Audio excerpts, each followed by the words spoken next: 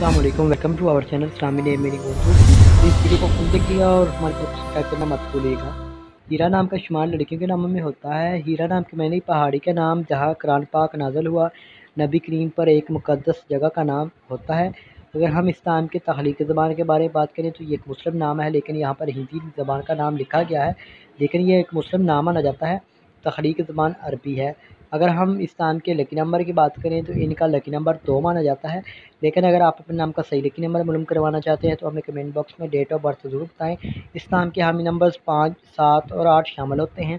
अब बात करेंगे हीरा नाम के बेहतरीन वक़्त की, तो 1 पीएम से लेकर 3 पीएम तक इनका बेहतरीन वक़्त माना जाता है। हीरा नाम के मौफ़ी दिन में सोमवार और जुमेरात शामिल होती है। अब बात करें इस्लाम में लड़कियाँ किस तरह की होती हैं। आप गहरी दोस्ती रखने की ख्वाहिशमंद हैं, ताहम आप चाहती हैं कि हर बात का आपको बार बार यकीन दिलाया जाए। अब बात करेंगे इस्लाम के मौफ़िक रंग की, तो नीला, बनफशी और काला रंग शामिल होता है। इस्लाम के मौफ़िक पत्थर में नीलम शामिल है। इस्लाम के मुतबादिल मौफ़िक पत्थर में नीलम, हकीक, दूधी या पत्थर शामिल होता है।